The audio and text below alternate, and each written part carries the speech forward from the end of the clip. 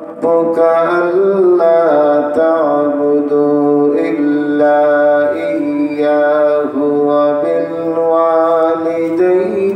إحسانا صدق الله المولانا العظيم وصدق رسوله النبي الحبيب الكريم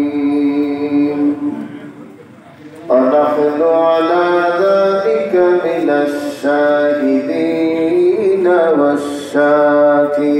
والشاكرين والحمد لله رب العالمين إن الله وملائكته يصلون على النبي يا أيها الذين آمنوا صلوا عليه وسلموا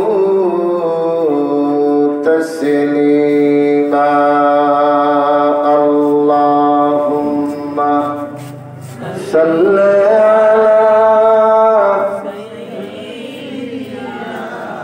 مولانا محمد وعلى آل سيدنا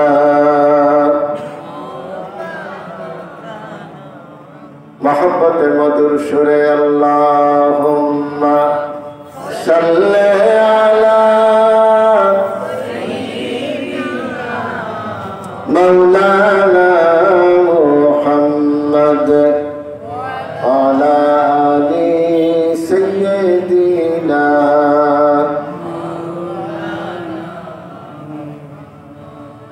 रहमत आलम जहां का सब उजाला कर दिया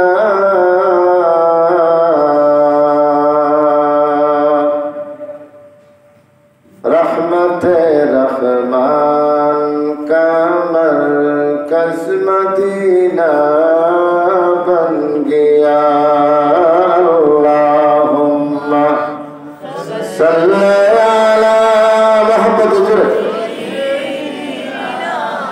मौलाना मुहम्मद वाला आली सय्यदिना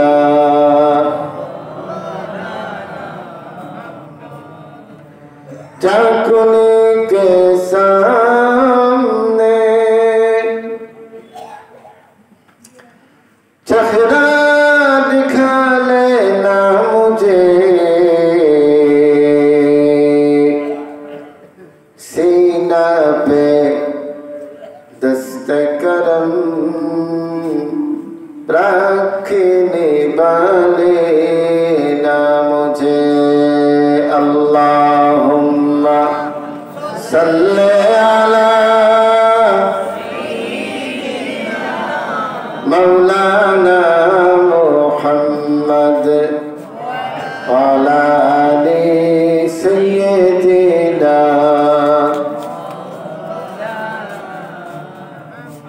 बलगल उला बिकमालिही कशफत दुजा बिजमालिही हसनत जमीअ खिसालिही सल्लु अलैहि व आलिही बलगल उला बिकमालिही कशफत दुजा बिजमालिही हसनत जमीअ खिसालिही सल्लु अलैहि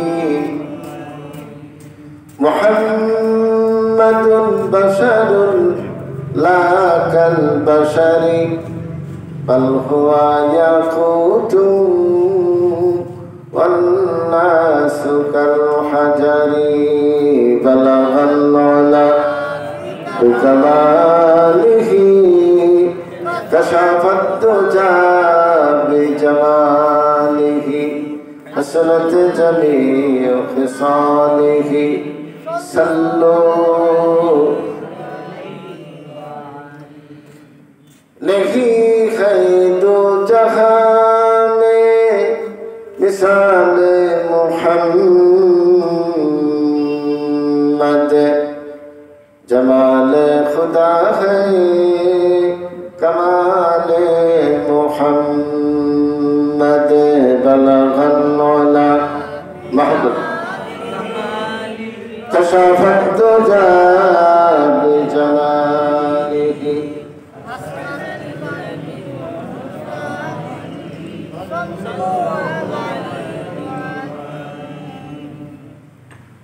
আরবের বুকে মক্কার পরে হযরত মা আমিনার চেতা ঘর খুদার করুণা কাউসার হয়ে ঝরছে বারংবার বালাগাল উলা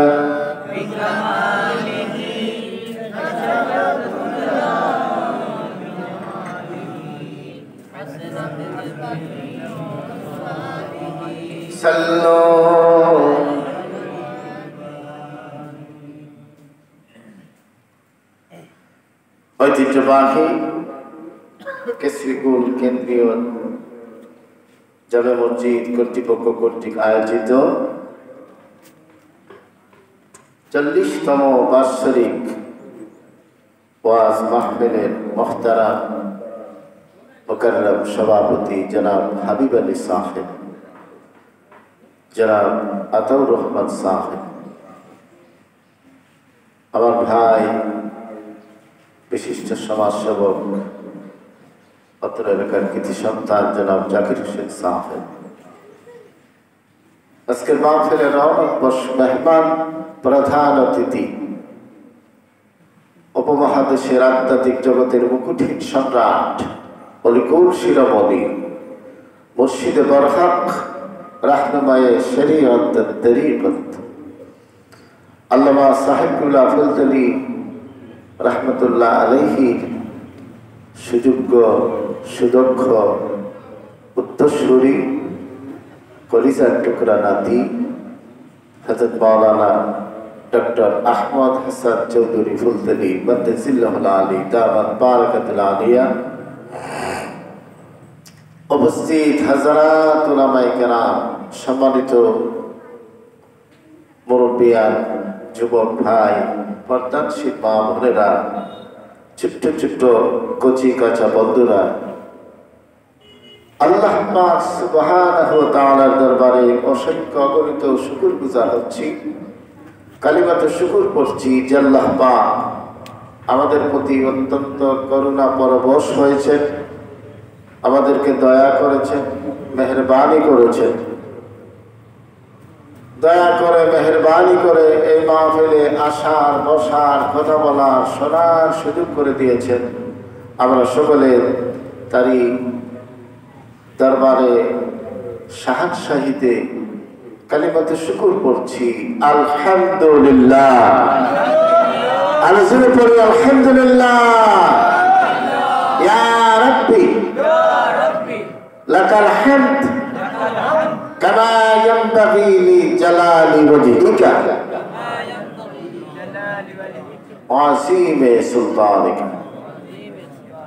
অসংখ্য গণিত দুরূদ সালাম পেশ করছি কুল কায়নাতের করুণার মুক্ত প্রতীক করে আল্লাহ পাক তাকে সৃষ্টি করেছেন, তাকে রাহমাতুল লিল আলামিন করে ধরাধামে পাঠিয়েছেন। সাইয়্যিদুল মুরসালিন, ইমামুল মুরসালিন, রাহাতুল লিল আশিকিন, সাইয়্যিদুনা ওয়া সানাদুনা ওয়া আওলানা ওয়া মাওলানা আহমদ মুস্তাফা, আহমদ মুজতবা, মুহাম্মদ মুস্তাফা, মুহাম্মাদুর রাসূলুল্লাহ সাল্লাল্লাহু আলাইহি সাল্লামের প্রতি। সম্মানিত সুধী, আমরা এই পৃথিবীতে ছিলাম না, আমরা আছি, আমরা থাকবো না। এই পৃথিবীতে ছিলাম না, বলেন না ছিলাম না, আছি, থাকবো না। একদিন আমাদের কোনো অস্তিত্ব ছিল না, এখন অস্তিত্ব হয়েছে, কিছুদিন পরে আবার অস্তিত্ব থাকবে না, বিলীন হয়ে যাবে। কুল্লু শাইইন হালিকুন ইল্লা ওয়াজহা, আল্লাহ ছাড়া সব কিছু ধ্বংস হয়ে যাবে। যার শুরু আছে তার শেষ আছে, যার শুরু আছে তার শেষ আছে, যার আরম্ভ আছে তার শেষ আছে, যার সৃষ্টি আছে তার ধ্বংস আছে, আছে না তাই? আমাদের এক সময় কোনো অস্তিত্ব ছিল না, উল্লেখ করার মতো আমরা কোনো বস্তুও ছিলাম না, কোনো পদার্থও ছিলাম। আল্লাহ রাব্বুল আলামিন বলেন, হাল আতাল ইনসানি হিনুম মিনাদ দাহরি লাম ইয়াকুন শাইআম মাযকুরা। মানুষের জীবনে এমন একটা কি পিরিয়ড ছিল না, এমন একটা সময় ছিল না, হে দুনিয়ার মানব মণ্ডলী শোনো, তোমাদেরকে এমন একটা সময় ছিল না, এমন একটা পিরিয়ড ছিল না যেই সময় তোমাদেরকে উল্লেখ করার মতো তোমরা কোনো বস্তু ছিলে না, তোমরা কোনো পদার্থও ছিলে না। সুবহানাল্লাহ। আল্লাহ পাক বলছেন, আরো বলছেন, আলাম ইয়াকুন নুতফাতাম মিন মানিয়্যিয়ুমনা। বান্দারে তুমি তো সবেগে উত্থিত এক ফোঁটা পানি ছাড়া কিছুই ছিল না। কি ছিল? এক ফোঁটা পানি ছিল, এক ফোঁটা শুক্রবিন্দু ছিল। বাবা শুক্রাণু আর মার ডিম্বাণু থেকে তোমাকে আমি সৃষ্টি করেছি। সুবহানাল্লাহ, সুবহানাল্লাহ। আমার বন্ধুগণ, আমার ভাইরা, আল্লাহ রাব্বুল আলামিন সূরা বনী ইসরাঈলের মধ্যে উল্লেখ করেন, ওয়ালাকাদ খালাকনাল ইনসানা মিন সুলালাতিন মিন তিন।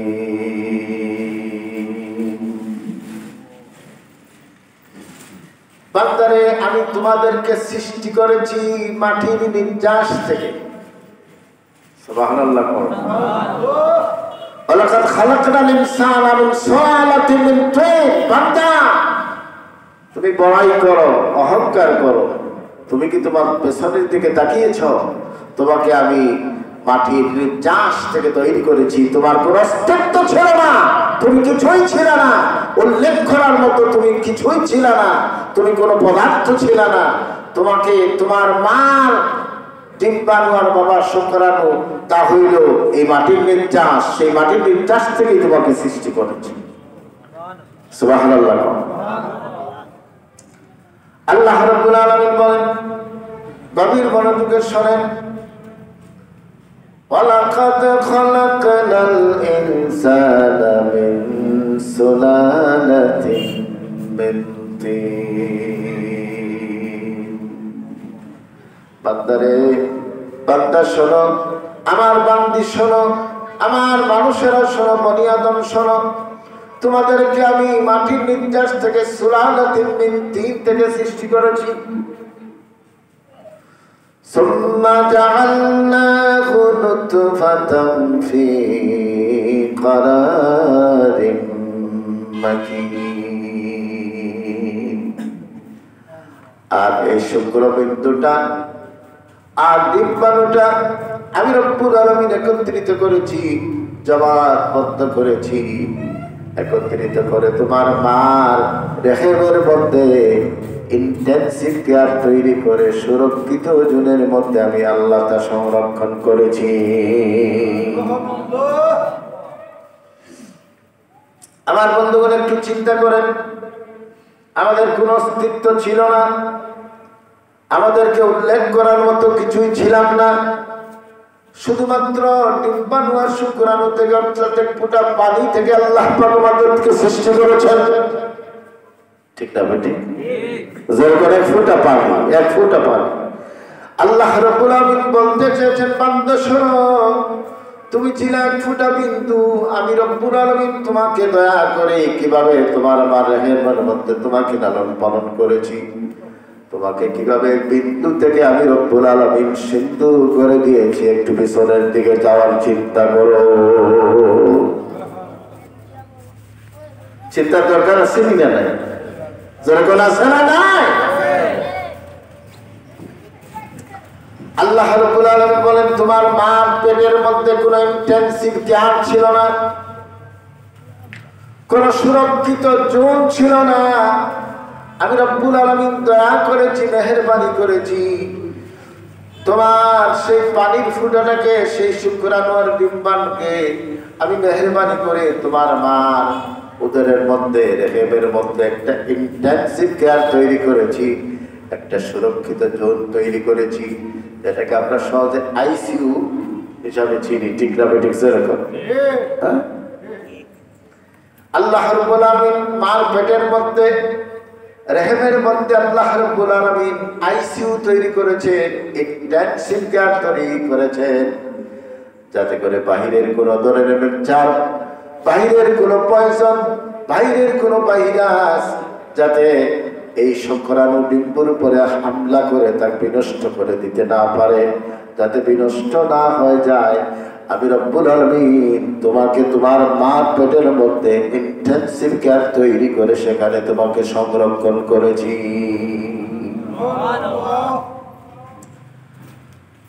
সুম্মা খালাকনান নুতফাতা আলাকাতান ফাখালাকনাল আলাকাতা মুদগা। আল্লাহু আকবার। সুম্মা খালাকনান নুতফাতা আলাকা। আমি রব্বুল আলামিন সেই পানির ফুটাটাকে, শুক্রাণু ডিম্বাণুকে 40 দিন লালন পালন করেছি। কোথায়? Intensive care. সুবহানাল্লাহ কোন না? আমি রব্বুল আলামিন সেই শুক্রাণু আর ডিম্বাণুকে, পানির ফুটাটাকে 40 দিন লালন পালন করেছি। 40 দিন লালন পালন করে দয়া করে মেহেরবানি করে সেই পানির ফুটাটাকে জমাট রক্ত আমি আল্লাহ বানিয়ে দিয়েছি। আল্লাহু আকবার। আমি সেই পানির ফুটাটাকে 40 দিন লালন পালন করলাম, আর পানির ফুটাটাকে রক্ত জমাট একটা রক্তের টুকরা পরিণত করে দিলাম। সুবহানাল্লাহ। আমার বন্ধুগণ, আমার ভাইরা, আল্লাহ রাব্বুল আলামিন বলেন, বান্দা শোনো, সে সময় তোমার কোনো ডিমান্ড করার তোমার পদ্ধতি ছিল না, ডিমান্ড করার মতো তোমার পাওয়ার ছিল না, ডিমান্ড করার মতো তোমার কোনো শক্তি ছিল না, কোনো পাওয়ার ছিল না, তোমার কোনো ধরনের ইচ্ছে ছিল না, তুমি কিছু করতে পারো নাই, তোমার ক্ষমতা নাই, তোমার সামর্থ্য নাই। আমি রব্বুল আলামিন তোমার প্রতি মেহেরবানি করলাম, সেই রক্তের ফোঁটাটাকে আরো 40 দিন লালন পালন করলাম। 40 দিন লালন পালন করে রক্তের ফোঁটাটাকে, রক্তের টুকরাটাকে গোশতের টুকরায় পরিণত করে দিলাম। সুম্মা খালাকনান নুতফাতা আলাকাতান ফাখালাকনাল আলাকাতা মুদগা فخلقنا المضغة عظاما فكسونا العظام لحما। আল্লাহু আকবার। আল্লাহ রাব্বুল আলামিন বলেন, বান্দা শোনো, আমি সেই গোশতের টুকরাটাকে আরো 40 দিন লালন পালন করলাম। 40 দিন আমি তার প্রতি মেহেরবানি দিলাম, আমার রহমতের দৃষ্টিতে তার দিকে তাকালাম। 40 দিন লালন পালন করে গোশতের টুকরাটাকে আমি রব্বুল আলামিন একটা মানুষের বডির স্ট্রাকচার হিসাবে তৈরি করে দিলাম। সুবহানাল্লাহ, সুবহানাল্লাহ। এই অবস্থা আমাদের ছিল কি ছিল না? ছিল কি ছিল না? এই অবস্থা আমাদের প্রত্যেকেরই ছিল, এর ব্যতিক্রম আমরা কেউ ছিলাম না। আল্লাহ পাক প্রথমে এই ইন্টেনসিভ কেয়ারের মাঝে কি রাখলেন? পানির ফুটা। সেখান থেকে 40 দিন লালন পালন করলেন, পানির ফোঁটাটা একটা রক্তের টুকরায় পরিণত হয়ে গেল। সুবহানাল্লাহ। তারপরে আর 40 দিন গোশতের টুকরায় পরিণত হয়ে গেল। তারপরে আরো 40 দিন আল্লাহ লালন পালন করলেন, আর রহমতের দৃষ্টিতে তাকালেন, সেখানে একটা বডি স্ট্রাকচার হয়ে গেল। সুবহানাল্লাহ, সুবহানাল্লাহ। আপনারা যারা ক্লিনিকে হসপিটালে যান, ডাক্তারের চেম্বারে যান, দেখবেন একটা বডি স্ট্রাকচার দেখা যায় কাগজের মাঝে। দেখছেন? একটা বডি স্ট্রাকচার দেখা যায়। বডি স্ট্রাকচারটা দেখতে কেমন সুন্দর লাগে, সুন্দর লাগে। অন্ধকার রাতে কোন গাছের আড়ালে অথবা ঝোপঝাড়ে যদি এই বডি স্ট্রাকচারটা রাখা হয় আর কেউ হঠাৎ থেকে তাহলে বেহুশ হয়ে পড়ে যাবে, ঠিক না বেঠিক? আর যদি সাহসী, বেশি সাহসী মানুষ হয় তাহলে দৌড় দিবে আর বলবে, বাড়ি থেকে বলবে, আজকে আল্লাহ রক্ষা করে যে চাক্ষুষ আজকে শয়তান পাইছিলাম, আল্লাহ বাঁচাইছে। তারপরে জ্বর উঠবে কিনা, জ্বর উঠবে কিনা ছেলে সাম করে দেখতে ভয় লাগে, এটা ভীতিকর। আল্লাহ রাব্বুল আলামিন বলেন, বান্দা শোনো, তোমার মার ইনটেনসিভ কেয়ারে সুরক্ষিত জুনে তোমার একটা বডি স্ট্রাকচার হয়েছে। এটা দেখতে সুন্দর লাগে না, গা সমসম করে উঠে, ভীতিকর একটা ব্যবস্থা হয়েছে। আমি রব্বুল আলামিন তোমার দিকে আবার রহমতের দৃষ্টিতে তাকালাম, তোমার দিকে আমি রব্বুল আলামিন আবার রহমতের নজর দিলাম। আরো 40 দিন লালন পালন করলাম, এই বডি স্ট্রাকচারের উপরে কুষ্ঠ মাংস দিয়া সুন্দর একটা বডি তৈরি করে দিলাম। সুবহানাল্লাহ। আসতে করবে কি দয়া করেছেন আল্লাহ, একটু চিন্তা করে। এখন তো সলিমুদ্দিন, কলিমুদ্দিন, রহিমুদ্দিন, করিমুদ্দিন ভরসা, ঠিক না বলি? কিন্তু একদিন সলিমুদ্দিনও ছিল না, কলিমুদ্দিনও ছিল না, রহিমুদ্দিন ভরসা ছিল না। আল্লাহ দয়া করেছে, কিন্তু আমরা ভুলে গেছি, আমরা ভুলে যাই। এটা হইলো আমাদের, এটা আমাদের ফিতরত। ভুলে যাওয়া, ভুল করা, এটা মানুষের ফিতরত, এটা মানুষের মৌলিক অবস্থানের মধ্যে থেকে একটা বিশেষ অবস্থান হলো মানুষেরা ভুল করে আর মানুষেরা ভুলে যায়, ঠিক না? আল ইনসান, ইনসান মানে মানুষ। নিশ্চিন্ত থেকে হলে মানুষের অর্থ হয় সে ভুল করে আর ভুলে যায়, ভুল করে আর ভুলে যায়। কিন্তু ভুলে গেলে চলবে না, আল্লাহ পাক স্মরণ করে দিচ্ছেন। আল্লাহ পাক বলছেন, কাইফা তাকফুরুনা বিল্লাহি ওয়া কুনতুম আমওয়াতা ফাহিয়াকুম সুম্মা ইউমীতুকুম সুম্মা ইউহয়ীকুম সুম্মা ইলাইহি তুরজাউন। কাইফা তাকফুরুন, বান্দা কিভাবে কুফরি করো বিল্লাহ, আমি আল্লাহর সাথে কিভাবে কুফরি করো? এখন তোমরা নিষ্প্রাণ ছেলে, তোমাদের কোনো প্রাণ ছিল না, প্রাণের কোনো স্পন্দন ছিল না, তোমাদের নড়াছড়া পর্যন্ত ছিল না, তোমাদের যে অবস্থা ছিল পেছনের দিকে একটু তাকাও। আলামিয়া কোন সবের মধ্যে যাও, এক ফোঁটা পানির ফোঁটা ছাড়া বান্দা তুমি কিছুই ছিল না, ঠিক না? তুমি কিভাবে অস্বীকার করো, কিভাবে আমাকে অস্বীকার করো, কিভাবে আমার নিয়ামত পাওয়ার পরে আমাকে অস্বীকার করো? বান্দা বলে গিয়েছ। আল্লাহ পাক বলছেন, বান্দা শোনো, জীবন পাইয়া মরণের কথা ভুলে যাইও না। অকুনতুম আমওয়াতান, তোমরা নিষ্প্রাণ ছিলা, ফাহিয়াকুম, তোমাদেরকে আমি রব্বুল আলামিন জীবন দান করেছি, ভুলে যাইও না। তোমরা জীবন পাইয়া মরণের কথা ভুলে যাই না, দিন পাইয়া রাতের কথা ভুলে যায় না, দিন পাওয়ার পরে রাতের কথা বুদ্ধিমান কেউ ভুলে না, রাত পাইয়া দিনের কথা কোনো বুদ্ধিমান কেউ বলতে পারে না, ঠিক না? বেঠিক সেরকম একজন আল্লাহ পাক বলছেন, বান্দা জীবন পাইয়া মরণের কথা ভুলে যায় না, জীবন পাইয়া তুমি শুধু অঙ্গের ঘুড়ি উড়াইও না, তোমার পরে যে মরণ আছে একটু চিন্তা করে দেখো বান্দা, ঠিক না? বেঠিক সেরকম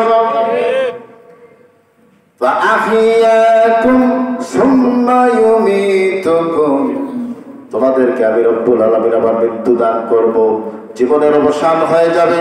জীবনের অবসান হয়ে যাওয়ার পরে তোমরা ভাবিও না আর কেউ নাই, কোথাও যাওয়া লাগবে না, বিচার দিবসে তোমরা উপস্থিত হবে না, তোমাদেরকে আর কেউ চিন্তা করবে না, কোনো জবাবদিহি করা লাগবে না। আল্লাহ রাব্বুল আলামিন বলেন, বান্দা না শোনো, সুম্মা ইউমীতুকুম সুম্মা ইউহয়ীকুম সুম্মা ইলাইহি তুরজাউন।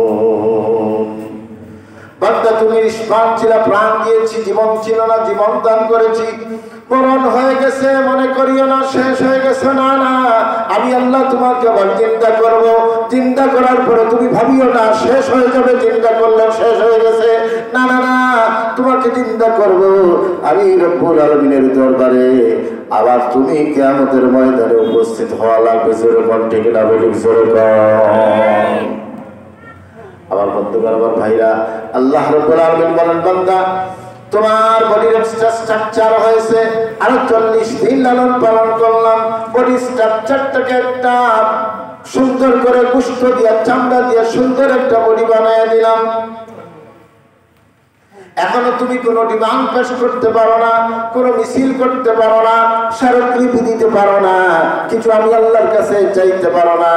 মার উদরের মধ্যে বসে আছো, মার উদরের মধ্যে আছো একটা মরা লাশ। মরা লাশকে কেউ বেশি দিন পছন্দ করে না। স্বামী মরে গেছেন, প্রাণের স্বামী, রাতের গভীরে দুজন একসাথে ছিলেন, স্বামী স্ত্রী ছিলেন, হঠাৎ দেখেন স্বামী ঠান্ডা হয়ে গেছেন। এখন আর প্রাণের স্বামীকে জড়িয়ে ধরে না, চিৎকার করে চিল্লা চিল্লি করে দেয়, কোথায় কে আছেন, আমার স্বামী তো মারা গেছেন। আর স্বামীর পাশে আর একটা মুহূর্ত শোয় না, কারণ ভয় লাগে, গা ছমছম করে উঠে, ভীতিকর অবস্থা।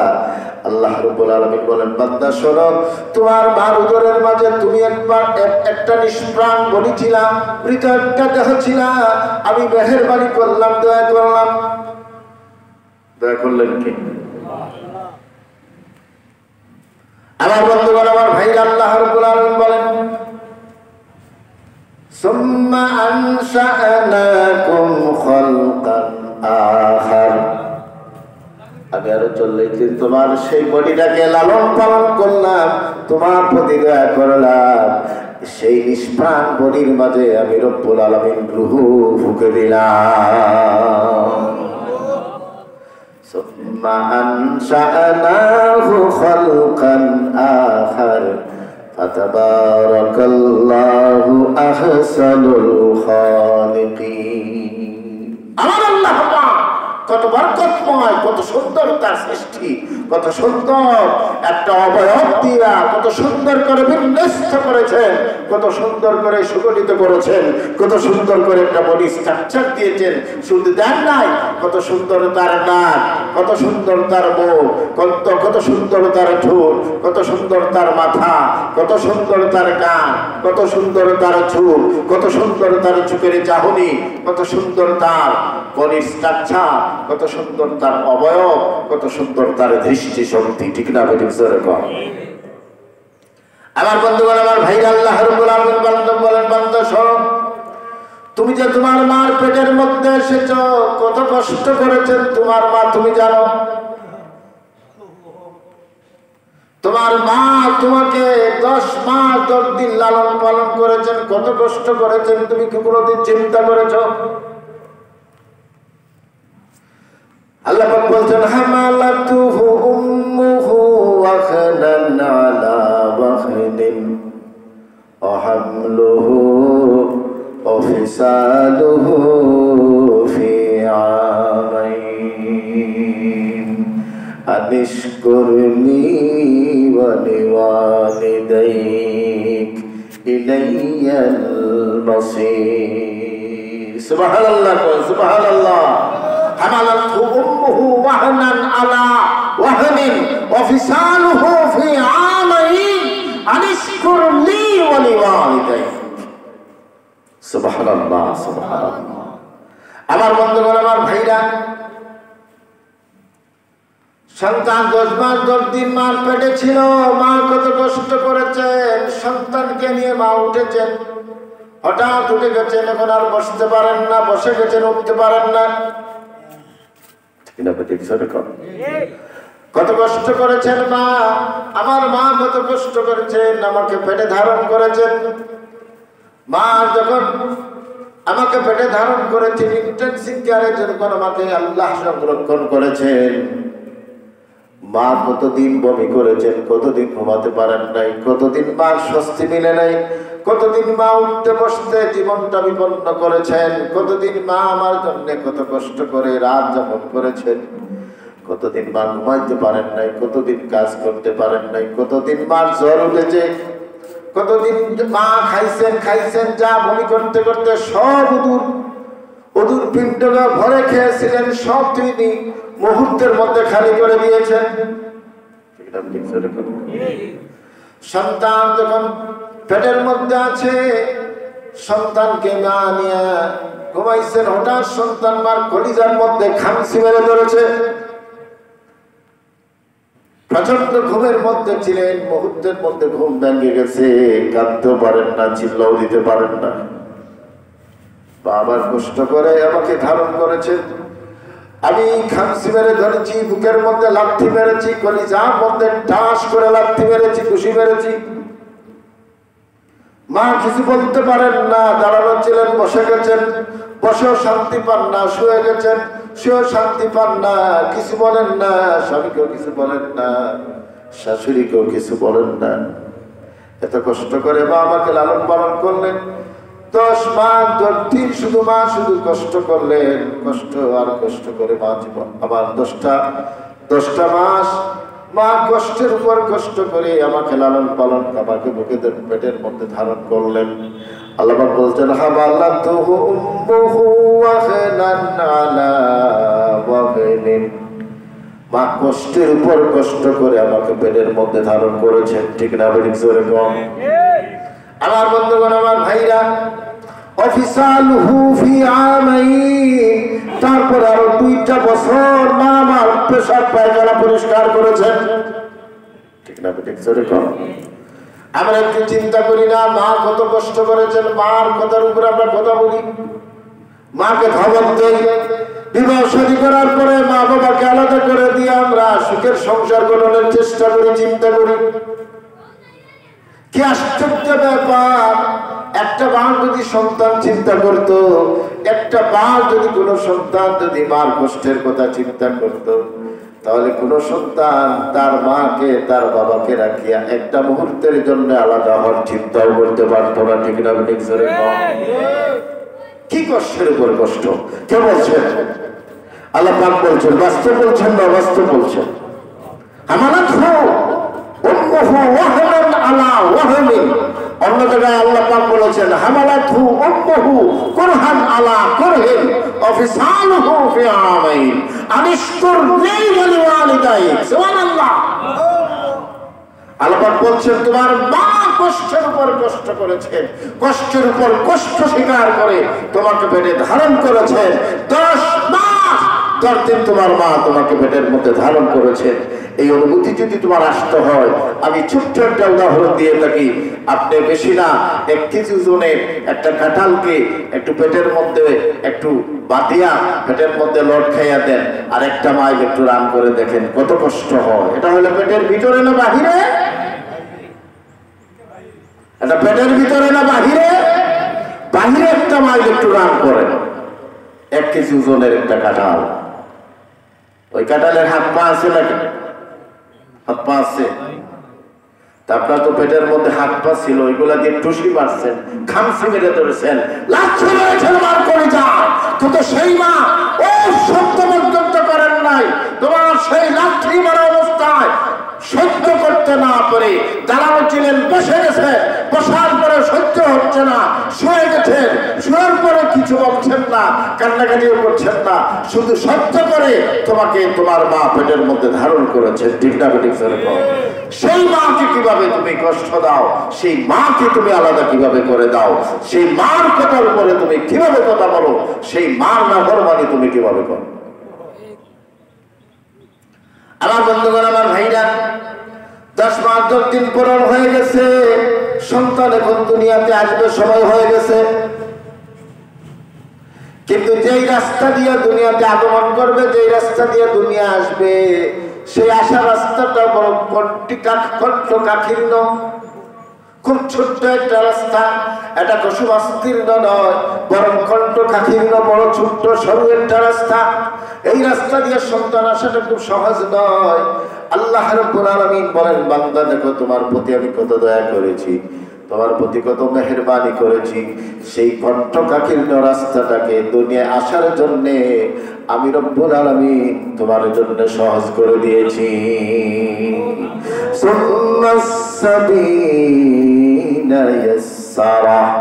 সুবহানাল্লাহ।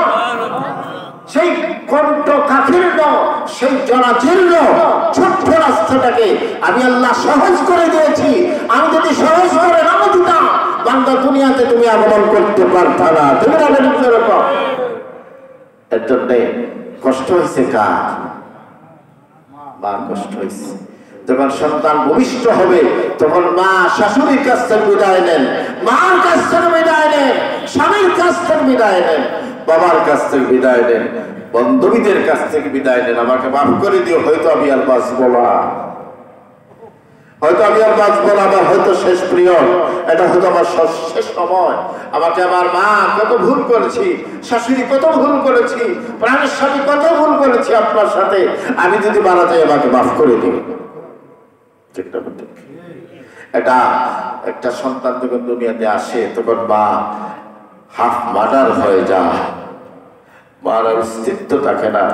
কিন্তু সন্তানটাকে যখন ভূমিষ্ঠ হওয়ার পরে নারী সেদন করে যখন মা কোলে দেওয়া হয়, যে তোমার সন্তান তোমার কোলে দিলাম, তখন বাচ্চা যখন হওয়া হওয়া বলে, আর মা যখন সন্তানের মুখটা থাকে, নিমিষমান জীবনের সমস্ত এই কষ্টগুলা মুহূর্তের মধ্যে হয়ে যায়, সব মুহূর্তের মধ্যে শেষ হয়ে যায়। ঠিক না? ঠিক সেরকম।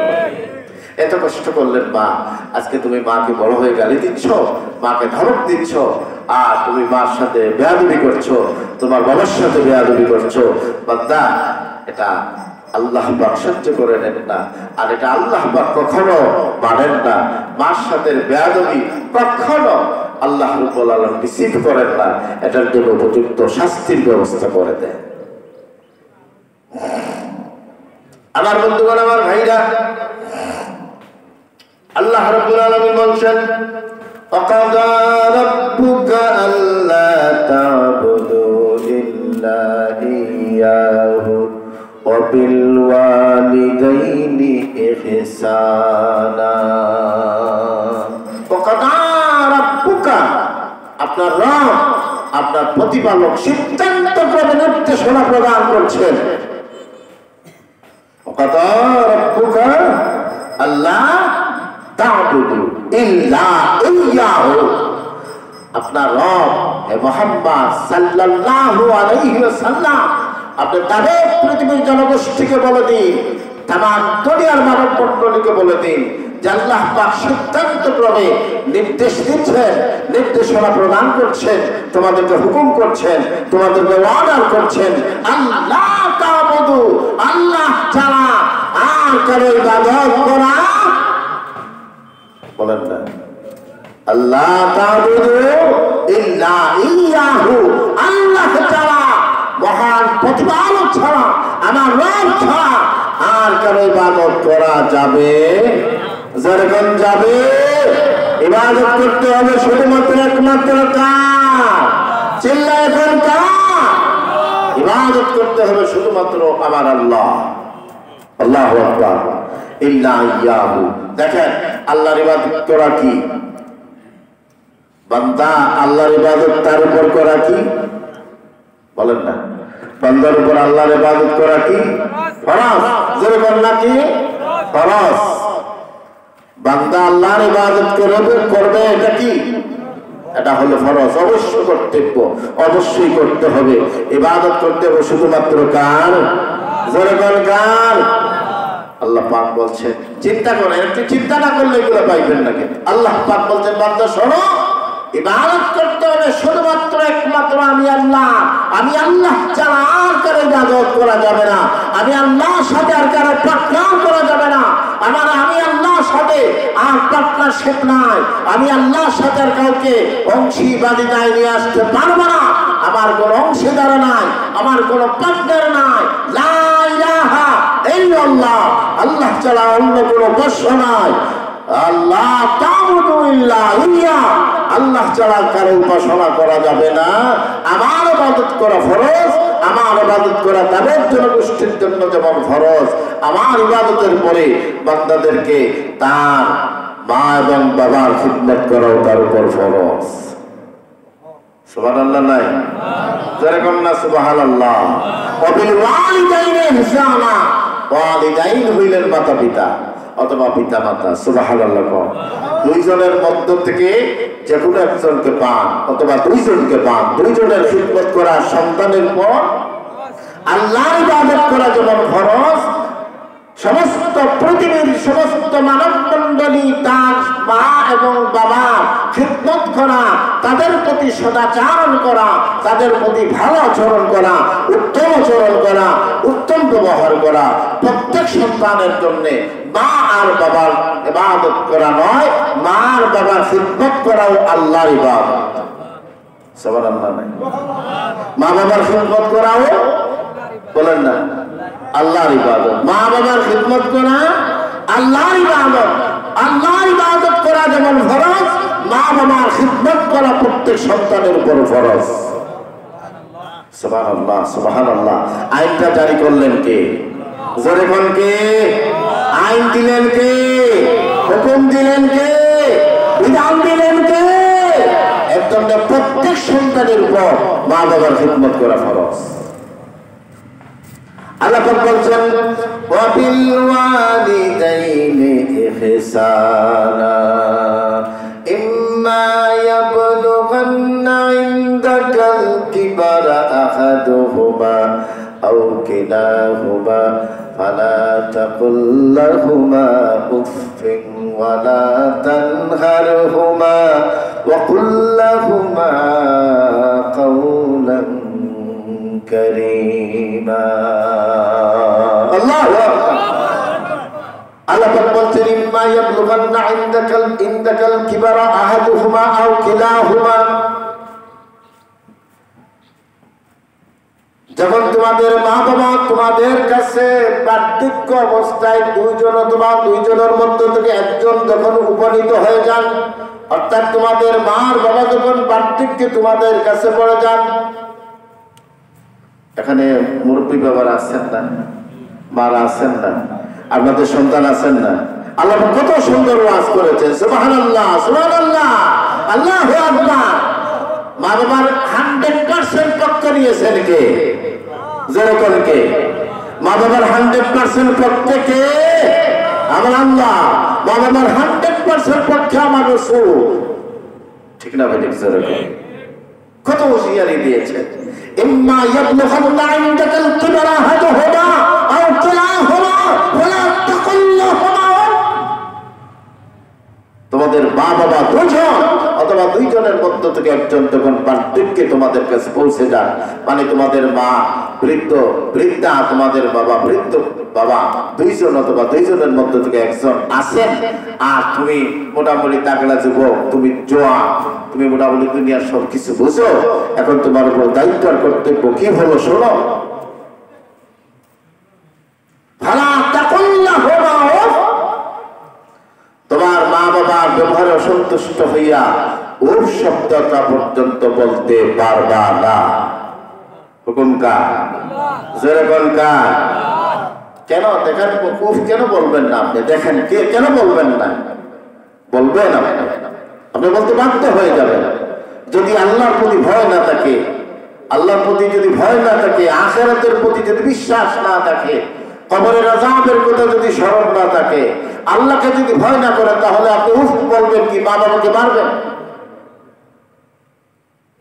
আল্লাহ পাক বলছেন শোনো বান্দা, তোমার মা বাবা দুইজন না, তোমার দুইজনের মধ্য থেকে একজন বার্ধক্যে উপনীত হয়ে গেছে, তুমি সব বুঝো, তুমি এখন তাগড়া যুবক, তুমি যুবক, তুমি দুনিয়ার সবকিছু জানো বুঝো, তোমার মা বাবা এখন সকালে আধা ঘন্টা আগে খাইছেন, আধা ঘন্টা পরে ভুলে গেছেন। এই তোমার বউ আমাকে কিছু দেয় নাই, সলিমুদ্দিনের মা আমাকে আজকে খাওয়ায় নাই, 3 দিনের মাঝে আমাকে গোসল করায় নাই, ডাকলে ডান দিকে ডাকলে ওই বাম দিকে যায়, কতবার ডাকছি তোমার বউকে কাছে আসে না, আমার কোনো কথা শোনে না, 70 বার বলছি চা দিবে, একটা বারও দেয় না, এক ফোঁটা পানিও দেয় না।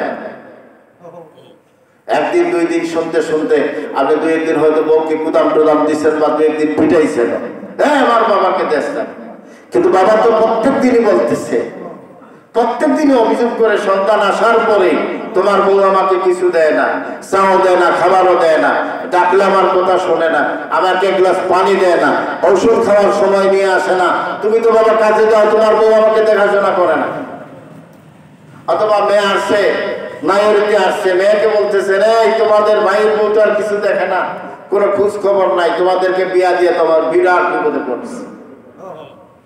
এখন গ্রামের কেউ আসছে, বাবা গ্রামের মানুষের কাছে বলতেছে, মা গ্রামের মানুষকে বলতেছে এই আমার কুলার বউ তো কিছু দেয় না, কিছু খাইতে দেয় না, এই দেখো 3 ঘন্টা হয়ে গেছে কোনো কিছু খাবার দেয় নাই, সকালে খাওয়ায় নাই, অথচ আধা ঘন্টা আগে মুখে তুলিয়া কুলার বউটা খাওয়াইছে তার শ্বশুরকে শাশুড়িকে। এখন আধা ঘন্টা পরে বুঝে গেছে, বলছে না কিছু দেয় না, কিছু খায় না, পানিও দেয় না। শুনতে শুনতে খারাপ লাগার কথা না ভালো লাগার কথা? মান ইজ্জত সব নষ্ট করে দিচ্ছি। এমন হয় কি হয় না? এমন হতে পারে কি পারে না? হয়। এটাই হলো বড় পরীক্ষা। এটা কি সবচেয়ে বড় পরীক্ষা? এই সময়, এই সময় যদি পরীক্ষা উত্তীর্ণ হতে পারেন জান্নাতি, আর যদি পরীক্ষা ফেল করেন জাহান্নামী। বিরাট পরীক্ষার সময়। যেন আল্লাহ পাক খবরদার হুঁশিয়ার করে বলছেন, ইম্মা ইয়াবলুগান্না ইনদাকাল কিবরা আহাদুহুমা আও কিলাহুমা ফালা তাকুল লাহুমা উফ। এত কিছু করার পরেও তোমার বাবার ব্যবহারে অসন্তুষ্ট হইয়া উফ শব্দটা বলতে পারবা না। কে বলে দিলেন? যেরকম কে বলে দিলেন? আল্লাহ পাক বলে দিয়েছে। এই সেম ঘটনা কিন্তু আপনি করেছেন আপনার বাবার সাথে, মার সাথে। আমাদের সন্তানেরা ছোট ছোট বাচ্চাদেরকে মাঝে মাঝে বাজারে যায় না, বাবা আলু দাও, কদু দাও, কচু দাও, ওইটা দাও, ওইটা দাও, সাইকেল দাও, মোটর সাইকেল, এই দাও, সেই দাও, ঘন্টা দাও, মিষ্টি দাও, চানাচুর দাও, ফটেল দাও, কত কিছু। শুধু বলতেছে একটা দিচ্ছেন, তারপর ওইটা দাও, ওইটা দাও, ওইটা দাও। আছে না এমন ছোট ছোট বাচ্চা? আছে না? তো কোনো বাবা কি রাগ করিয়া ছেলেটাকে বাজারে রাখিয়া তুই এইসব নিয়ে আস, আমি যাই বাজার থেকে বাড়িতে যাই গেছেন? বিরক্ত হইয়া কোনো বাবা কি সন্তানকে ফেলে গেছেন? সংসার থেকে আউট করে দিছেন? শুধু বাজার থেকে আগে শুধু পিটাইছেন? পিটা শত বিরক্ত করার পরেও বাবা কিন্তু সন্তানকে এই কারণে বলেন না পিটায় না, সংসার থেকে বাহির করে দেয় না, অন্য কারো ফ্যামিলিতে পালকা দেয় না। ঠিক ঠিক না? এত ডিস্টার্ব করার পরে বাবা চেষ্টা করে সাহিত্য মতো সন্তানের ডিমান্ড পূরণ করতে। ঠিক না? সাইকেল আছে, তারপর বলে এখন সাইকেল, আর পরে এখন হুন্ডা দেন, দে হুন্ডা, হুন্ডার কিছু তুমি এখন কার দেন, কার দিচ্ছেন যদি পয়সা থাকে বলে বাজারও দেন। সৌদি থেকে এসছে, সৌদি থেকে আসছে 3 মাস পরে আসে, আর সৌদি থাকবো না, ইউরোপ পাঠাই দেন। ইউরোপ পাঠাইছেন বলে না আমি ইউরোপে থাকবো না, আমেরিকা পাঠাই দেন। আসছে না? নাই জোরে না? বাবা কিন্তু বিরক্ত হয় না, বাবা কিন্তু বলেন না, বাবা কিন্তু বিরক্ত হয় না। আপনি এই যে দেখেন এই সন্ধ্যা, এই যে মাঘ মাস গেল, মাঘ মাসে মা সন্তানকে নিয়ে কি বুকের মাঝে নিয়ে ঘুমাইছে, খুব ঘুম লাগছে, এমন সময় পায়খানাও করছে, প্রস্রাব করছে, দুইটাই ছেড়ে দিচ্ছে। নাম্বার 2 দুইটা করিয়ে দিচ্ছে। এখন মা সন্তানটাকে এই পায়খানা প্রস্রাব করার অপরাধে ওই বালিশকে আলাদা দিয়া নিচের মধ্যে শোয়াইয়া মা ঘুমাই গেছে। আমার মা ঘুমায়, যেরকম ঘুমায়, বাইরে রাখতে আসে, কতবার প্রস্রাব করেন আর কতবার পায়খানা করলেন মার বুকের মাঝে, তারপরেও মার এই ঠান্ডা বুকটাকে আরেকটা আঁচল দিয়া এখানে আনিয়া সন্তানটাকে আবার একটা যদি গামছা থাকে একটা টাওয়াল থাকে ওইটাকে আনিয়া আবার মার কিন্তু সারা শরীর ঠান্ডা হয়ে গেছে, সন্তানটাকে ঠান্ডা লাগতে দেয় না। আবার বাসামণির আমার জাদুমণির ঠান্ডা লাগলে টাইফয়েড হয়ে যাবে, আমার বাসামণি নিউমোনিয়া হয়ে যাবে, আমার সন্তানের ক্ষতি হয়ে যাবে, আমার শত ক্ষতি হোক শত দোষ করে হোক আমার সন্তানকে আমি কষ্ট দিতে পারি না, তার নাম তো মা। ঠিক না? এই মাকে কিভাবে তাড়াইয়ে দাও, এই মাকে কিভাবে তুমি আলাদা করে দাও, এই মার তোমার উপরে কেমন ভাবে তুমি কথা বলো, এই মাকে কিভাবে ছাড়ি মারো, এই মাকে কিভাবে ধমক দাও, এই মাকে কিভাবে তুমি কষ্ট দাও।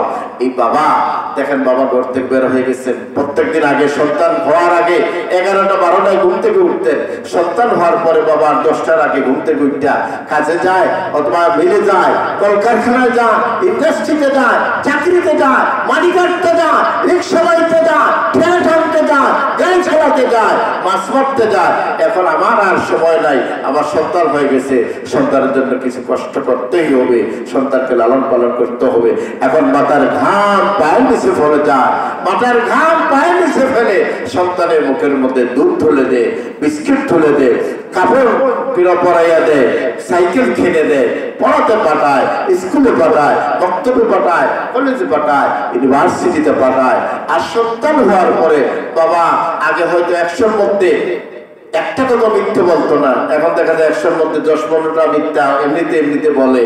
যে কিছু যদি মিথ্যা হওয়ার পরেও যদি আমার সন্তানের জন্য যদি 2টা পয়সা কামাই করে কিছু করা যায়, কোথাও পাঠানো যায়, লাইফটা যদি সুন্দর করা যায়, যেই বাবা এত কিছু করলেন সেই বাবাকে তুমি আলাদা করে দিয়েছো, সেই বাবাকে তুমি ধমক দিয়ে কথা বলো, সেই বাবাকে তুমি বাড়ি থেকে তাড়াইয়া দাও, সেই বাবাকে তুমি বৃদ্ধাশ্রমে পাঠিয়ে দাও। আমার বন্ধুগণ, আমার ভাইরা, আমার বাবারা, আল্লাহ রাব্বুল আলামিন বলছেন ইম্মা ইয়াবলুগান্না ইনদাকাল কিবারা আহাদুহুমা আও কিলাহুমা ফালা তাকুল লাহুমা উফফিন ওয়ালা তানহারহুমা ওয়া কুল লাহুমা কাওলান কারীমা। দেখেন এই আয়াতের মধ্যে বনি ইসরাইলের 22, 23 এবং 24 নম্বর আয়াতের মধ্যে আল্লাহ পাক মা-বাবার সাথে সন্তান কেমন আচরণ করবে, কিভাবে কথা বলবে সব শিক্ষা দিয়েছেন। সুবহানাল্লাহ কোন জোরে করবেন সুবহানাল্লাহ। আলা তাকুল লাহুমা উফ, কি বলবে না বলেন না, ফালা তাকুল লাহুমা উফ ওয়ালা তানহারহুমা, তোমার মা বাবা দুইজনকে কোনোদিন ধমক দিয়ে কথা বলতে পারবা? যেরকম ধমক দিয়ে কথা বলতে পারবা না।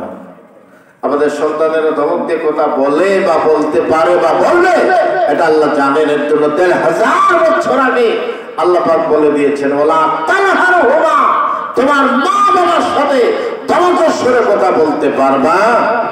যেরকম পারবা। নিষেধ করলেন কে? জোরে বেগম নিষেধ করলেন কে? কুল্লাহুমা কাওলান কারীমা। আল্লাহ পাক বলছেন কুল্লাহুমা কাওলান কারীমা ওয়া কুলু কাওলান লাইয়িনান। আল্লাহ পাক বলছেন তোমার বাবার সাথে তুমি কথা বলো আস্তে আস্তে নরম করে। সুবহানাল্লাহ নাই কি করো? তোমাকে ডাকছেন, নাম ধরে ডাকছেন আলামিন, আসো। আসছো এখন, কি কেন ডাকছো বাবা? কি চিল্লা চিৎকার করো? তোমার চিল্লা চিৎকারের বাড়িতে থাকতে মনে চায় না, বিরক্ত হয়ে গেছে। তুমি খবর নাও তোমার বাবা কি বিরক্ত হয়েছে? তোমার বাবা কয়দিন উপর তোমার উপর বিরক্ত হয়েছে? একবার তোমার বাবা তোমাকে ডাকছেন, হয়তো প্রয়োজনে ডাকছেন। প্রয়োজন ছাড়াও সন্তানকে অনেক সময় কলিজায় ধরে আমার ছেলেটা কোথায় গেল দেখতেছি না, 5 মিনিট হইলো, কেউ আছে আধা ঘন্টা থেকে আমার বাবাকে দেখছি না, 1 ঘন্টা হয়ে গেছে, আমার ছেলে কোথায় গেল, এই আমার আলামিন কোথায়, এই আমার সাথী কোথায়?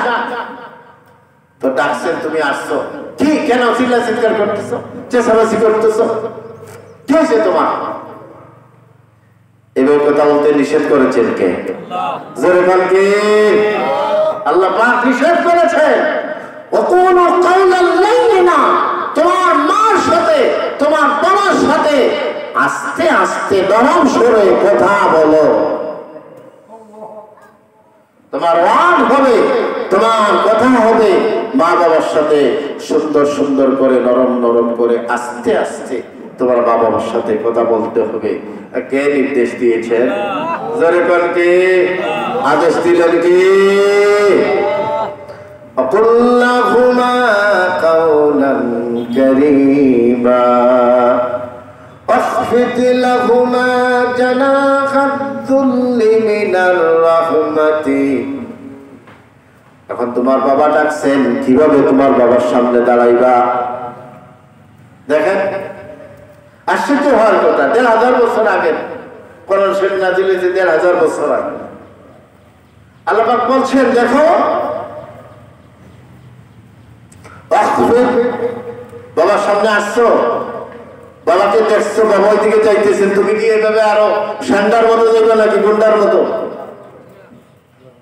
বাবার সামনে আসছো, কিভাবে দাঁড়াইবে? আল্লাহ পাক বলছেন, তুমি এলাকার সবচাইতে বড় পাহলওয়ান, তোমার নাম শুনলে এলাকার মানুষ ভয় করে, চট্টর করে খাবে। এত বড় পাহলওয়ান হয়েছো, এত বড় গুন্ডা মাস্টার হয়েছো, কিন্তু তোমার বাবার সামনে আসছো, এখন কিভাবে দাঁড়াইবা? আল্লাহ পাক বলছেন, নত করো, নত করো লাহুমা, দুজনের জন্য, জানাহা যুল্লি মিনার রাহমাতি, তোমার আনুগত্যের মস্তক, আনুগত্যের বাহু, তুমি তোমার মা আর বাবার সামনে দয়াদ্র হইয়া, শ্রদ্ধা অবনত হইয়া, তোমার বিনয়ের বাহু, তোমার আনুগত্যের ডানা, তোমার বুক, তোমার মাথা, তুমি হেড করে দাঁড়াও তোমার মা আর বাবার সামনে। নাই কিছু নাই, বোঝা হয়েছেন নি আপনারা? আল্লাহ পাক বলছেন, ওয়াখফিদ করো, ওয়াখফিদ লাহুমা জানাহা যুল্লি মিনার রাহমা, তুমি আনুগত্যের মস্তক, আনুগত্যের ডানা, আনুগত্যের বাহু, দয়াদ্র হইয়া, শ্রদ্ধাবনত হইয়া, তুমি তোমার মা আর বাবার সামনে কি কেমন ভাবে? ভদ্রলোকের মতো, ভীতিকর অবস্থায়, ভদ্র হইয়া, ভদ্রভাবে ভীতিকর অবস্থায়, আনত হইয়া, বিনত হইয়া, তোমার আনুগত্যের ঢানা, বাহু, এইভাবে না, কিভাবে? বাবা কি, বাবা, মা, আব্বা, আপনি আমাদের ডাকছে, হ্যাঁ ডাকছে, কিভাবে দেখেন না? একটু পারবেন না? পারবা না তোমরা? এখন মা আর বাবা বুড়ো মানুষ, বৃদ্ধ মানুষ, তুমি যদি একটু যদি এই ব্যাপারটা জানি পারো, তাহলে হয়তো উনি পড়ে মরা যেতে পারে। কিন্তু তোমার মা, তোমার বাবা, দেখো আল্লাহ কি শিক্ষা দিলেন বান্দা, দেখো তোমার মা, তোমার বাবা তোমাকে এত বড় পাহলওয়ান তুমি হয়েছে, এটা তিনি জানেন, কিন্তু মার কাছে গেছো, বাবা, মা, এবার যদি একটু মাথাটা নত করিয়া, বুকটাকে একটু নরম করিয়া, সুরটাকে নরম করিয়া তুমি দাঁড়াও, তোমার মা আর বাবা এত কষ্ট করে তোমাকে যে লালন পালন করছে, একটা সেকেন্ডের মধ্যে তাদের সেই সমস্ত পাওনা শুরু হয়ে যাবে। কথা বুঝেন তাই আপনার? واخفض لهما جناح الذل من الرحمة وقل رب ارحمهما كما ربياني صغيرا واخفض لهما جناح الذل من الرحمة আনুগত্যের ঢানাকে তোমার মা বাবার সামনে নত করে দাও। তোমার বাবা জানেন তুমি বড় পাহলওয়ান, তোমার বাবা জানেন তোমাকে তোমার এলাকার মানুষেরা, এমনকি দেশের মানুষেরা ভয় করে, কিন্তু তোমার মা আর বাবার সামনে যখন দাঁড়িয়েছ, তোমার মাথাটাকে যদি একটু হেড করে, তোমার দুটা হাতকে যদি এইভাবে নত করে ডানাটাকে বাহুটাকে নত করে তোমার কান্দরকে যদি নত করে একটু তোমার মা বাবার সামনে দাঁড়াইতে পারো, মা বাবার চোখের মধ্যে অটোমেটিক ভাবে এসে যাবে। বাবা বলবেন, মা বলবে, দেখো আমার সন্তানটাকে লালন পালন করেছিলাম, আজকে যত বড় সন্তান অবস্থান হোক না কেন, আমি মার বাবার সামনে কোনোদিন এইভাবে সে দাঁড়ায় না। ঠিক না? মা বাবার খিদমত হইল সন্তানের উপর কি বলেন না, ফরজ মনে থাকবে, ফরজ। মা বাবার দোয়াতে কেউ ওলি হতে পারে, কেউ জালিম হতে পারে, কেউ লাঞ্ছিত হতে পারে, কেউ বঞ্চিত হতে পারে, কেউ সারা জীবন দুঃখ হইয়া রাস্তায় রাস্তায় ঘুরাইতে পারে মা বাবার যদি বদ্ধ লাগে। ঠিক না? বলি জোরে করে। কত রাজা বাদশা ফকির হয়ে গেছে, পথের কাঙ্গাল এতিম ফকির হয়ে গেছে, অনাথ হয়ে গেছে, নিঃস্ব হয়ে গেছে, সমাজচ্যুত হয়ে গেছে, ব্যয়িত হয়ে গেছে, বেগমত হয়ে গেছে, শুধু মার বাবার একটি উফ শব্দটা বলা হতে পারে কি পারে না? এমন দেখছেন না? আমার অনেক ঘটনা জানা আছে, ওইদিকে যাই না। আল্লাহ কি বলছেন? أخفض لهما جناح الذل من الرحمة وقل رب ارحمهما كما ربياني صغيرا। তুমি বলো রব্বির হামহুমা, হে আমাদের রব, হে আমাদের প্রতিপালক, আমাদের মা আর বাবা তুমি দুইজনকে রহম করো, দয়া করো, মেহেরবানি করো। কামা রব্বায়ানি সগীরা, যেভাবে ছোট থাকতে আমার মা বাবা দুইজন আমাকে যেভাবে লালন পালন করেছেন, আমার প্রতি যেভাবে মেহেরবানি করেছেন, দয়া করেছেন, আমার মা বাবার প্রতি তুমি সেইভাবে দয়া করো। আমার মা বাবা যেভাবে আমাকে লালন করেছেন, পালন করেছেন, আমার প্রতি মেহেরবানি করেছেন, সেইভাবে তুমি মেহেরবানি করো, সেইভাবে দয়া করো, সেইভাবে লালন পালন করো। এইভাবে যখন মা বাবার চোখে, মা বাবার জন্য চোখের পানি ফেলে আল্লাহর দরবারে তুমি দোয়া করবা, চোখের পানিটা নাকের ডগার সামনে আসার আগে আগে মা বাবার জন্য তোমার দোয়া আল্লাহ কবুল করে নিবা, মা বাবাকে মাফ করে দিবা। আর মা বাবাকে মাফ করার কারণে আল্লাহ রাব্বুল আলামিন মা বাবার দোয়া তোমাকে মাফ করে দিবা। এক মাওলানা সাহেব, বড় মাওলানা, উনি মা বাবা, মা বৃদ্ধ মা খুব বেশি খিদমত করেন, খুব বেশি খিদমত করেন। মার খিদমত থেকে একটা মুহূর্তের জন্য যান না, কিন্তু প্রতি বছর হজের টাইম আসলে উনি ওনার মাকে বলেন, মা আপনি যদি একটু দয়া করে আমাকে একটু সময় দিতা, তা আমি হজটা করে আসতাম। মা বলেন, না রে বাবা না, আমার যে বৃদ্ধ অবস্থা, আমি যে বৃদ্ধ হয়ে গেছি, আমাকে দেখার মতো কেউ নাই, তুমি হজে যাইও না, আমি মারা যাব, তুমি আসে আমাকে আর পাইবা না, তুমি হজে যাইও না, আমি মারা যাওয়ার পরে তুমি হজে যাইবা। গভীর মনোযোগ, ঘটনাটা শুনবেন। প্রত্যেক বছর বলেন, মাওলানা সাহেব বলেন, মা আপনি যদি আমাকে বিদায় দেন তাহলে হজে যাই, হজ করে আসি। মা বলেন, না রে বাবা না, তুমি হজে যাইতে পারবা না, আমি তোমার মা লাগি, আমার দেখার মতো কেউ নাই, তুমি গেলে আমাকে কে দেখবে, আমি যদি মারা যাই তুমি এসে আমাকে পাইবা না, আমি মারা যাওয়ার পরে তুমি হজে যাইবা। এইভাবে 7 বছর হয়ে গেছে। মানুষ প্রত্যেক বছর বলেন যে আমি হজে যাব, আর মা বলেন না তুমি হজে যাইতে পারবা, আমি মারা যাওয়ার পরে হজে যাইবা। এবছর কি করলেন? এবছর তিনি একটু কি, উনি একটু বিগড়ে গেছে, না মা তুমি মরো আর বাঁচো, এবছর আমি হজে যাই, এবছর আমি হজে যাইব, তুমি আর মানা করলে মানব না। হঠাৎ দুষ আসছে যে এবছর হজ করতেই হবে, মা মারা যাক আর বাঁচো। মা অনেক অনুনয় বিনয় করে বললেন, বাবা তুমি হজে যাইও না, আমাকে এসে পাইবা না। সন্তান বলে, মা আমি হজে যাব, তোমার কথা আমি মানব না, আমি আল্লাহর বাড়িতে যাব। অনেক কান্নাকাটি করলেন, সন্তানকে ফিরাইতে পারলেন না। হজের গাড়ি বুঝকি নিয়েও নির্ভর হয়েছেন, যাইতে যাইতে অনেক দূর গেছেন। গিয়ে রাত হয়ে গেছে। তিনি রাতের মধ্যে একটা মসজিদের আশ্রয় নিছেন। মসজিদের আশ্রয় নিয়া উনি রাতের বেলা মসজিদের মধ্যে থাকছেন। গভীর রাত হয়ে গেছে, ওযু করে তাহাজ্জুদের নামাজ শুরু করে দিছেন। তাহাজ্জুদের নামাজ চলতেছে, এমন সময় মসজিদের পাশের বাড়িতে একজন চোর ঢুকছে। চোর ঢুকে চুরি করিয়া করতে বের হয়েছে, কিন্তু মালিক বুঝে গেছে। মালিক চোর চোর বলে চিৎকার শুরু করে দিয়েছে। চোর দৌড়াইয়া রাস্তা পায় না, মসজিদের সামনে আসছে। মসজিদের সামনে আসিয়া চুরির গাড়িটাকে ওই মৌলানা সাহেব যিনি তাহাজ্জুদ পড়তেছেন ওনার পাশে রাখিয়া চোর বাইর হইয়া গেছে। সারা গ্রামের মানুষ দৌড়াদৌড়ি করতেছে চোর ধরার জন্য, কোথাও চোর নাই।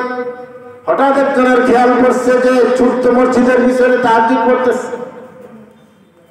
চোর কি তাহাজ্জুদ পড়ে যাবে? বলেন না। মানুষেরা চিন্তা করছে, কারণ চুরির গাঠটিটাও যে ব্যক্তি নামাজ পড়ছে তার পাশে চুরির গাঠটি। মসজিদের ভিতরে ঢুকছে, নামাজরত অবস্থায় পিটা শুরু করছে। পিটাইতে পিটাইতে বাইরে নিয়ে আসছে। আসছে বলছে, আরে মেয়ে কি করতেছ তুমি? চুরি করিয়া চুরির মালামালের গাঠটি পাশে রাখিয়া তাহাজ্জুদ পড়তেছ। তোমার মতো এত খারাপ চুরি কোনোদিন আমরা দেখি নাই। কারণ চুরি যে করে সে আবার তাকে তাহাজ্জুদও পড়ে।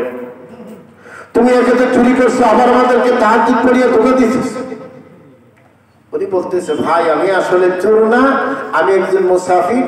এখানে আসি আমি হজের উদ্দেশ্যে যাত্রা করছি। আর আমি তোমার পাশে মাল পাওয়া গেছে, আর তুমি চোর না? সারা রাত পিটাপিটি করছে, সকালবেলা নিয়ে গেছে বাদশার কাছে। বাদশার কাছে গিয়ে বলছে, বাদশা জাহাপনা, দেখেন একটা আজব চোরকে আমরা পাইছি। আমাদের ঘর থেকে মালামাল নিছে।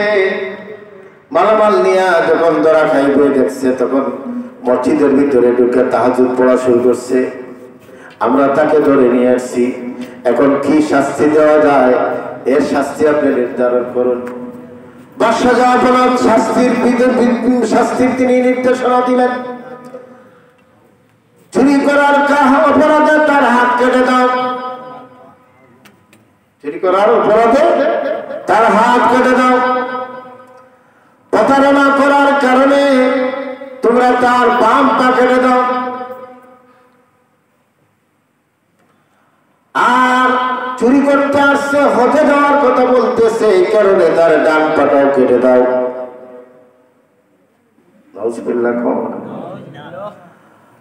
আর তোমরা সারা এলাকার মধ্যে জানাইয়া দাও যে এই ব্যক্তি চুরি করেছে, চুরি করে প্রতারণা করেছে, নামাজের মধ্যে দাঁড়াইছে, তাহাজ্জুদে দাঁড়াইছে, আর তারপরে বলতেছে হজে যাইবে। এই কারণে তার হাতও কাটা যাইতেছে, পাও কাটা যাইতেছে, যাতে এলাকার মানুষেরা এই ধরনের চুরি করার কোনোদিন দুঃসাহস না দেখায়। এলান হইতেছে চতুর্দিকে। ওইদিকে জল্লাদ রেডি হয়ে গেছে। এখন মৌলভী সাহেব বিড়বিড় করে বলতেছেন, একা একা বলতেছেন, কারণ তো এখন শাস্তি কার্যকর হয়ে যাবে। তিনি বলতেছেন, হ্যাঁ, মার কথা না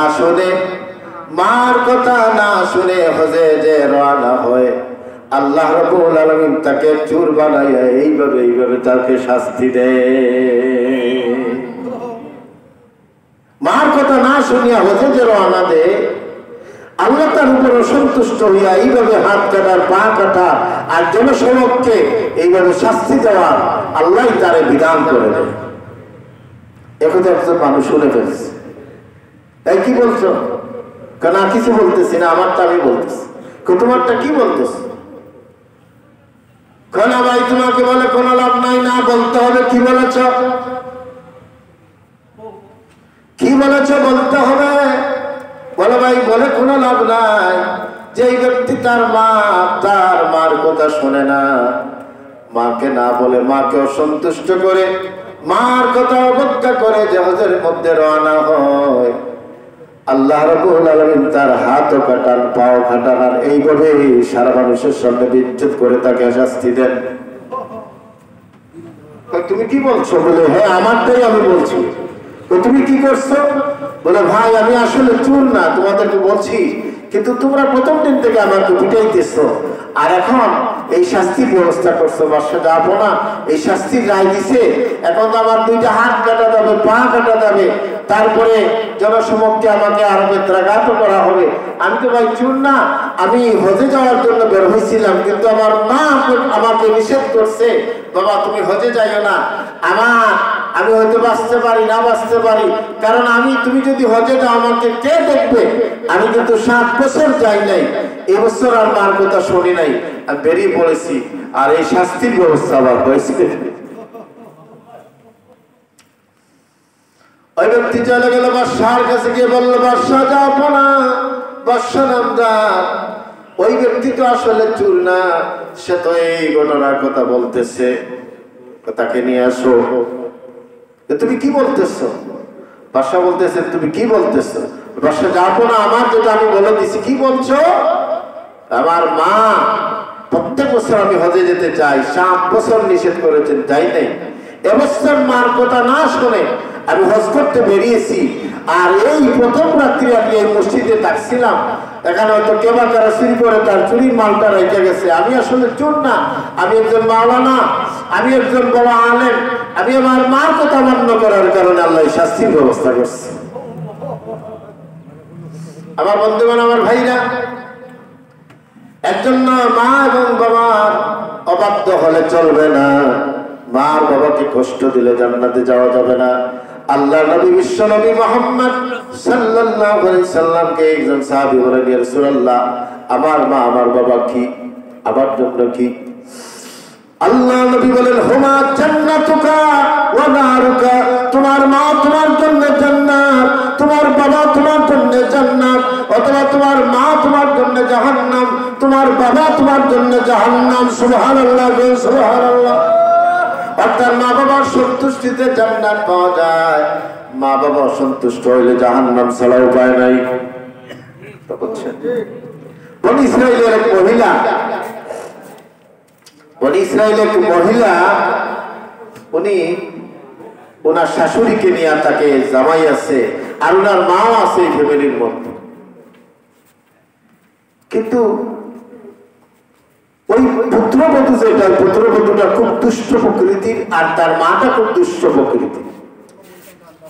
তার স্বামীর মাকে দেখতেই পারে না, সব সময় কষ্ট দেয়, আর সব সময় তার শাশুড়ির বিপক্ষে স্বামীর কাছে লাগায়। আছে না নাই? আছে না নাই? একদিন ছেলে অসন্তুষ্ট হইয়া বলল, স্ত্রীকে খুশি করার জন্য বলল যে চলো, মা তো বৃদ্ধা হয়ে গেছেন, ওনাকে জঙ্গলের কাছে রাখতে আসি রাত্রে, হ্যাঁ, হিংস্র বাঘ বল্লুক এগুলা তারা খাইয়া শেষ করে দিবে, তো তোমারও যন্ত্রণা শেষ, আমারও যন্ত্রণা।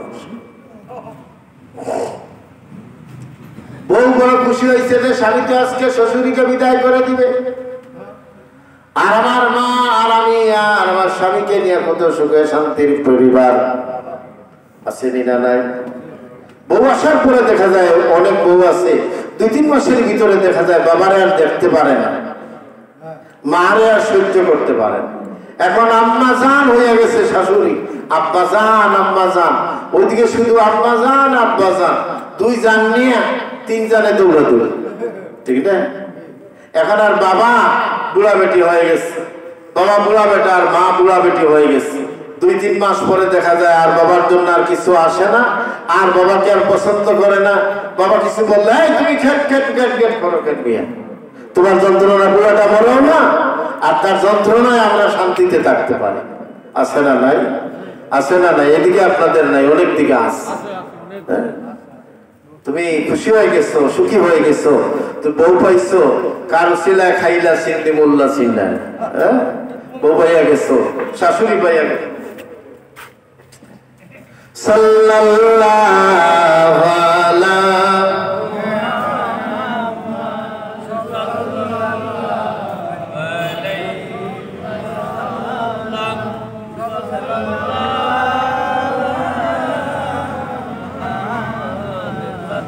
সাল্লাল্লাহু আলাইহি সাল্লাল্লাহু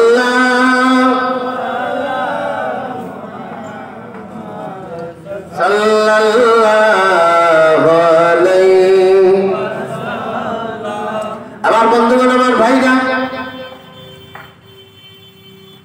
স্ত্রীর প্ররোচনায় পড়িয়া ওই ছেলেটা তার মাকে গভীর জঙ্গলের কাছে নিয়ে ফেলে আসছে। মা বলতেছেন, বাবা, মা কিন্তু চোখে দেখে না, অন্ধ মানুষ, বাবা তুমি আমাকে কোথায় ফেলে যাও? না না মা, তোমাকে আমি কোথাও ফেলে যাচ্ছি না, তুমি এখানে বসো, আমি আসতেছি। এই বলে সন্তান চলে গেছে। সন্ধ্যা হয়ে গেছে, সন্তান আসে না। এখন মা আল্লাহর দরবারে কান্নাকাটি করে, আল্লাহ রে, আবার সন্তানটা জঙ্গলের কাছে আমাকে রেখে গেছে, আমার কোনো দুঃখ নাই, আল্লাহ পাক আমার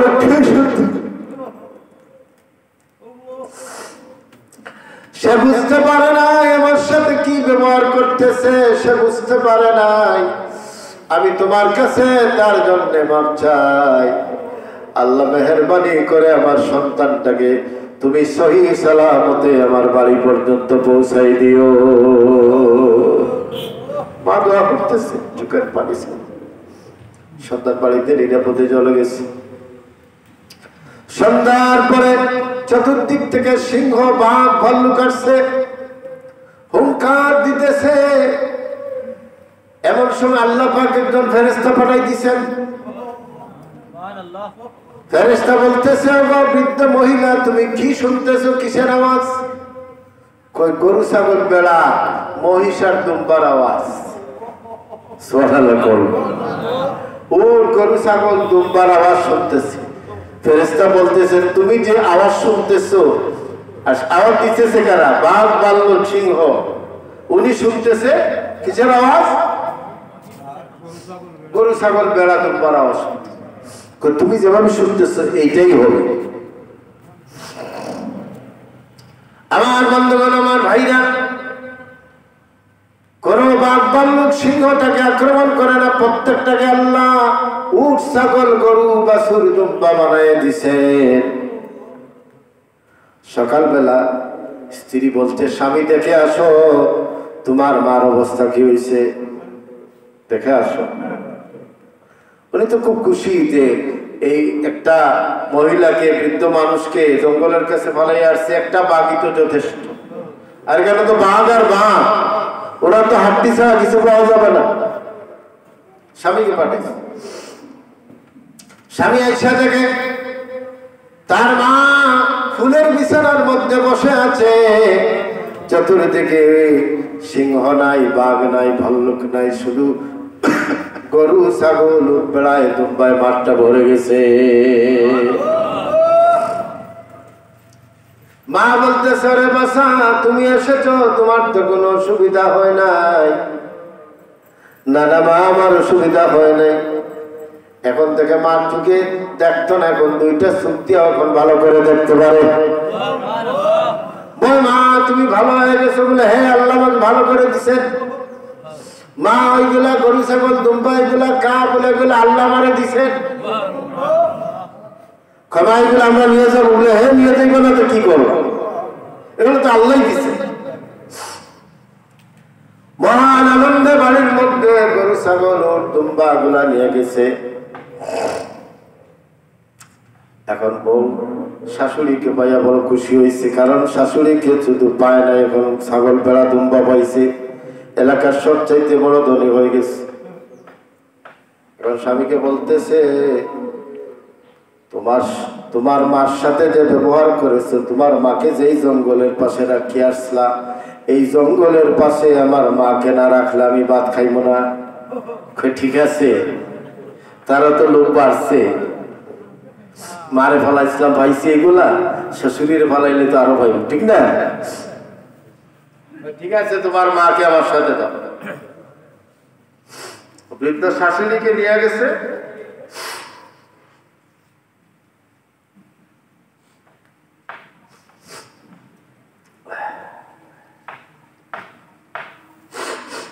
সাল্লাল্লাহু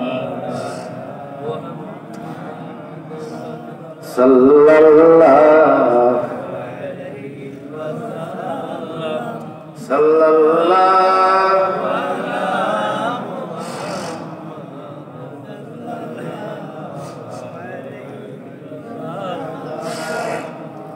sallallahu ala sallallahu alayhi sallallahu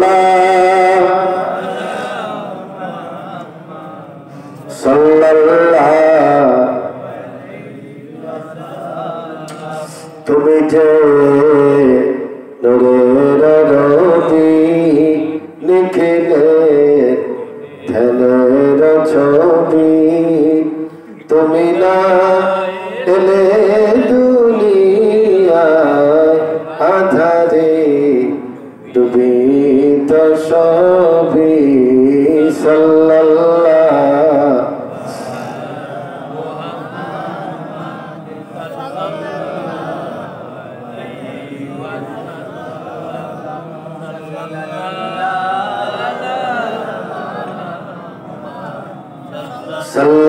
সাল্লাল্লাহু আলাইহি। আমার বন্ধুগণ, আমার ভাইরা, শাশুড়িকে নিয়ে গেছে জঙ্গলার পাশে রেখে আসতেছে। শাশুড়ি বলতেছে, প্রাণের জামাই তুমি আমাকে কোথায় রেখেছো জঙ্গলার পাশে? কয় না না না, আপনি এখানে থাকেন। আমার শাশুড়ি আমার মাকে রাখার পরে আমরা যে সুবিধা পাইছি, আপনি থাকলেও সেই সুবিধা পাইব। বাবা এত সুবিধার দরকার নাই, এবার বাড়ি নিয়ে যাও। কয় না না, এখানে আপনাকে রাখতে চাই। আমার মাকে রাখতে পারছি, তোমাকে পারবো না, তুমি থাকো। সন্ধ্যা হয়ে গেছে, এখন চতুর্দিক থেকে বাঘ ভাল্লুকের আওয়াজ আসতেছে। মহিলা চিৎকার দিতেছে, কই আমার মেয়ে, কই আমার মেয়ের জামাই, তোমরা আমারে বাঁচাও। আল্লাহ পাক ফেরেশতা নামাই দিয়েছেন। ফেরেশতা বলতেছেন, কিসের আওয়াজ পাও? এখন তো শুধু বাঘ ভাল্লুক আর হিংস্র প্রাণীগুলোর আওয়াজ পাই। তুমি যে আওয়াজ শুনতেছো, এই আওয়াজের ব্যবহার তোমার সাথে করা হবে। রাত হয়ে গেছে, বাঘ ভাল্লুকেরা তাকে সিঁড়ি খাইয়া সব শেষ করে দিছে। সকালবেলা স্ত্রী বলতেছে, ও প্রাণের স্বামী, তোমার মাকে যেভাবে নিয়ে আসছে এইভাবে যাও, আমার মাকে নিয়ে আস। খুব খুশি হয়ে আসছে, আমিও যাইবো আমার মারে নিয়ে আসছে। আসো, তুমিও আসো। আসার পরে দেখে মা নাই, মার শুধু কয়েকটা হাড় আছে। মেয়ে মার এই করুণ দশা দেখে অত্যন্ত ব্যথিত হইয়া, কষ্ট পাইয়া মেয়েটা ওই জায়গাতে সেও মরে গেছে। জোরে বল নাউজুবিল্লাহ। এজন্য ভাই বন্ধু, বিশেষ করে আমার মা বোনেরা, শাশুড়িকে পাইয়া শাশুড়ি মনে করবেন না, নিজের মা মনে করবেন। ঠিক না বেঠিক? জোরে বল। আর শাশুড়িদের উচিত হইল যে মেয়েটাকে ছেলের জন্য নিয়ে আসছেন, এটাকে আপনার দুইটা মেয়ের সাথে আরেকটা মেয়ে যোগ করবেন, তিনটা মেয়ে বানাই দিবেন। ঠিক না বেঠিক? জোরে বল। শাশুড়ি আর বৌমা চারজনের যদি সংসার হয়, শাশুড়ি যদি মেয়েটাকে নিজের মেয়ে মনে করে, মেয়ে যদি পুত্রবধূ যদি শাশুড়িকে বাবা মনে করে, তাহলে এই ফ্যামিলিটাকে জান্নাতের বাগানকে বানাইয়া দিবেন। যেরকম কে বানাই দেবে? আল্লাহ পাক। ঠিক না? যেরকম একদিন এক বুজুর্গের কাছে এক মুরব্বী আসছে, এসে বলছেন, হুজুর, আমার ছেলেটা আমাকে আজকে খুব পিটাইছে।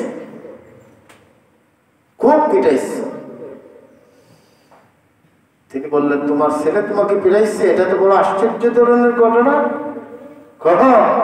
আমার ছেলে তো